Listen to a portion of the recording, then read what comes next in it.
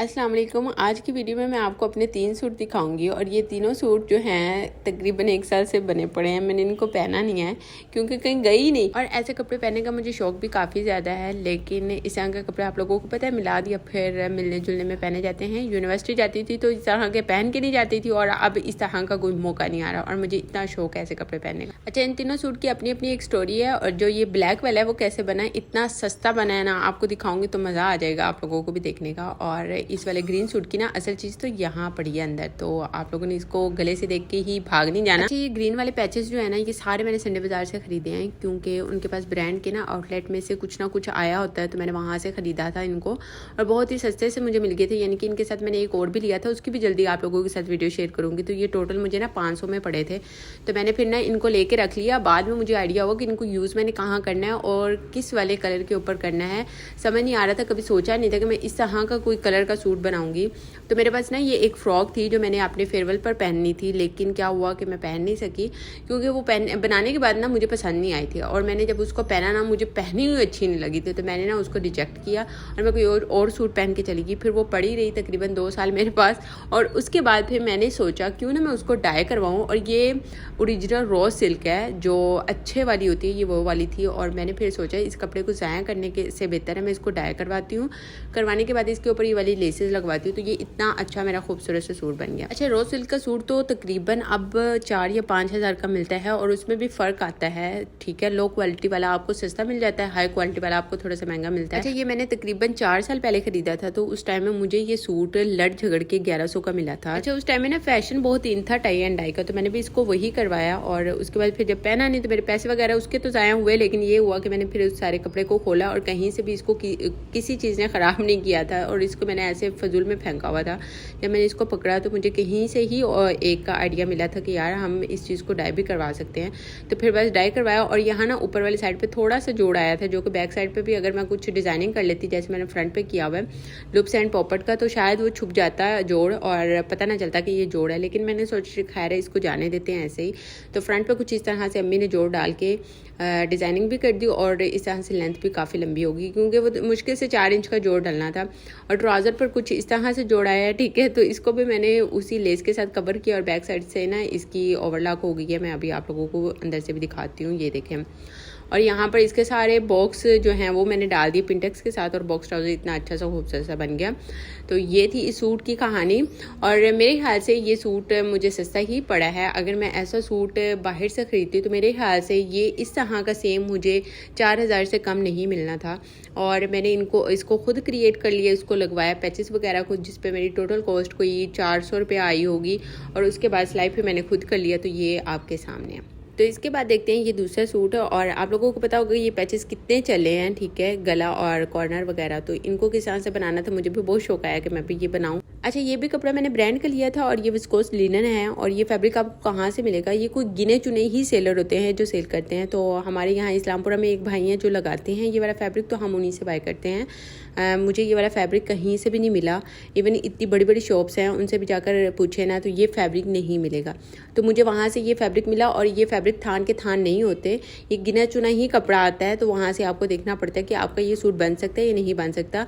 अब जैसे मेरा नहीं बन पा रहा था, तो मैंने सोचा क्यों ना मैं इसमें कलियां डाल लूँ। तो कलियां ऐड करने के बाद मैंने सेंटर वाले कपड़े को थोड़ा सा डिज़ाइन कर दिया ताकि कलियां डल जाए, और बैक साइड मेरी बिल्कुल सीधी बनी है, उसमें कोई कली नहीं डली। तो सिर्फ ये जोड़ आ रहा था, जिसकी वजह से हमने सोचा चलो इसको कलियों में चेंज करते हैं।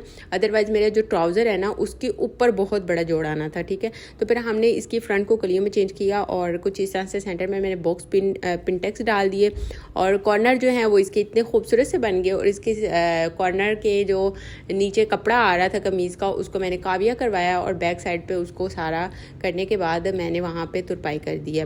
और इसके अंदर कुछ इस तरह से ये पिनटेक्स डले हैं। अच्छा, ये फैब्रिक थोड़ा सा मोटा था तो इसलिए इसके पिनटेक्स ना बहुत ही उभर के आ रहे हैं। ये इसकी बैक साइड है, बिल्कुल सिंपल एंड सादी, और यहाँ पे कोई कली नहीं डली। अच्छा, इसका और ग्रीन वाले सूट का ये वाला कलर नहीं है जो आपको यहाँ धूप पे दिख रहा है।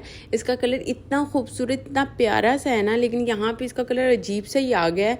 अगर मुझे पता चल जाता है ना कि ऐसा कलर आ रहा है तो मैं वीडियो स्टॉप कर देती और धूप जाने के बाद मैं बनाती, लेकिन यहाँ पर अब मैं क्या कर सकती हूँ, मुझे बाद में पता चला। तो कोई बात नहीं, अब जैसा है आप लोगों के सामने है, लेकिन ये इसका एक्चुअल कलर नहीं है। एक्चुअल कलर बहुत खूबसूरत है, यहाँ पे बहुत ही लाइट डबल टोन में आ रहा है, लेकिन एक ही कलर है और डार्क है बिल्कुल, और बहुत ही खूबसूरत कलर है। अच्छा जी, ये इसका ट्राउज़र है। जैसे मैंने आपको बताया ट्राउज़र में जोड़ आना था, तो मैंने इसमें कोई भी जोड़ ऐड नहीं किया। मैंने सोचा चलो कमीज़ में थोड़ा सा टच दे देते हैं, डिज़ाइनिंग भी हो जाएगी, और अगर जोड़ लगा तो भाड़ में जाए लगता रहे, मैं क्या करूँ। तो मैंने फिर इसको एज इट इज़ रहने दिया। अब यहाँ पर जो है इसका दुपट्टा मुझे किसी ने गिफ्ट दिया था और उनका सूट फट चुका था। उन्होंने कहा था ये दुपट्टा बहुत अच्छा है और ये प्योर शिफॉन का था। उन्होंने कहा तुम अपने पास रखो, इसको यूज़ कर लेना। और ये कलर नहीं था इसके ऊपर, ये कलर कोई और था। मैंने जब इसको डाई करवाया तो इसके अंदर ये डिज़ाइन निकल आया, यानी कि वो कलर मिक्स हुआ था। तो इसकी डिज़ाइनिंग का कोई खास पता नहीं चल रहा था, लेकिन जब मैंने इसको डाई करवाया ना तो इसके अंदर ये सारी डिज़ाइनिंग निकल आई। और जब अम्मी लेके ना, मैंने कहा ये तो दुपट्टा ही नहीं है, ये तो दुपट्टा कोई और बन गया। मैंने कहा अब उनको मैं दिखाऊँ ना, तो उन्होंने कहना मनीबा तुमने दुपट्टे का किया क्या है, ये तो वो दुपट्टा है ही नहीं, ये कोई और है। तो ये थी हमारी इस वाले सूट की कहानी। अब चलते हैं हमारा आखिरी सूट देखते हैं, और उस सूट को देख के आप लोगों ने भी कहना है वाह वाह क्या से क्या कर दिया इस लड़की ने। तो सबसे पहले इसका दुपट्टा देखते हैं, क्योंकि इसी से इसकी कहानी शुरू होती है। तो आप लोगों ने कहना है कि वाकई यार दुपट्टा तो बड़ा प्यारा है, मुझे भी बड़ा प्यारा लगा था। और खाला ने ये 2 दुपट्टे खरीदे थे, एक ये वाला और एक उन्होंने कोई और दुपट्टा खरीदा था, वो भी बहुत प्यारा था। तो वो फिर उन्होंने अपनी बेटी के लिए रखा, ये वाला मुझे दिया। उन्होंने कहा कि इसके साथ ना तुम एक का सूट बनाना और देख लो आप कैसे बनाना है। एक तो इन्होंने ना ये दुपट्टा एक संडे को खरीदा, दूसरे संडे जब उस बंदे के पास आउटलेट आया हुआ था यानी कि, तो वो फिर खाला गई और इसके साथ कोई पैचेस वगैरह देखे कि हमें कुछ लेस या पैच कुछ इस तरह का मिल जाए, तो वो अल्लाह की मर्ज़ी से मिल गया। तो फिर खुशी होती है कि यार दुपट्टा भी इतना प्यारा है और साथ में वैसे ही पैच भी मिल गया। तो कहीं हद तक 19-20 का भी फ़र्क नहीं है, तकरीबन सेम मैच हो गया था। ठीक है, तो वो पैच मैंने किस तरह से कमीज़ के ऊपर लगाया वो मैं आपको कमीज़ खोल के दिखाऊंगी। सबसे पहले इसका ट्राउज़र देख लेते हैं। सिल्क का ये सादा ट्राउज़र मैंने बनाया है। ट्राउज़र पर भी डिज़ाइनिंग मैं कर सकती हूँ, ऐसे नहीं कर नहीं सकती, लेकिन इस तरह के जो फैंसी थोड़े से आ जाते हैं ना रेशमी कपड़े वगैरह, उन पे सादे ट्राउज़र ही अच्छे लगते हैं। अच्छा, खाला ने तो मुझे दुपट्टा और पैचेस थमा दिए और साथ में उन्होंने मुझे कहा कि अब जैसे इसको बनाना चाहती हो बना लो। मैंने क्या किया, सादी नेट ली और उसके साथ अटल की शमीज़ ली।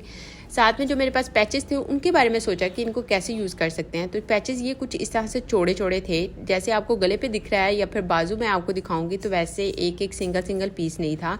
मैंने इनको कटिंग करके लगाया खुद। सबसे पहले तो मैं आपको दिखाऊं, जैसे दामन पे था ना पैच, सेम ऐसे ही मेरे पास खाला ने मुझे 4 पैचेस दिए थे। 2 मैंने बाजू के सामने लगाए और एक मैंने दामन पे लगाया, और जो चौथे वाला था उसका मैंने यूज़ करके उसकी कटिंग की। मैंने गले पर लगाया कुछ ऐसे जैसे आपको दिख रहा है, ठीक है, ये वाला पार्ट। और जो 2 लाइनें बची थी ना वो मैंने इस बाजू के पीछे करके ऐसे लगाई ताकि बाजू थोड़े भरे हुए अच्छे लगे। अच्छा, बाजू जितने भी खुले हो जाए नो इशू, और सामने से कुछ इस तरह से भरे हुए हों तो मुझे बहुत पसंद आते हैं। तो ये थी इस सूट की कहानी। तो आप लोगों को मेरे कपड़ों की कहानी कैसी लगी मुझे ज़रूर बताइएगा। मैं आप लोगों के साथ अपने कपड़ों की और भी काफ़ी सारी वीडियो शेयर करती रहूँगी इंशाल्लाह फर्दर। मिलते हैं नेक्स्ट वीडियो में। अल्लाह हाफिज़।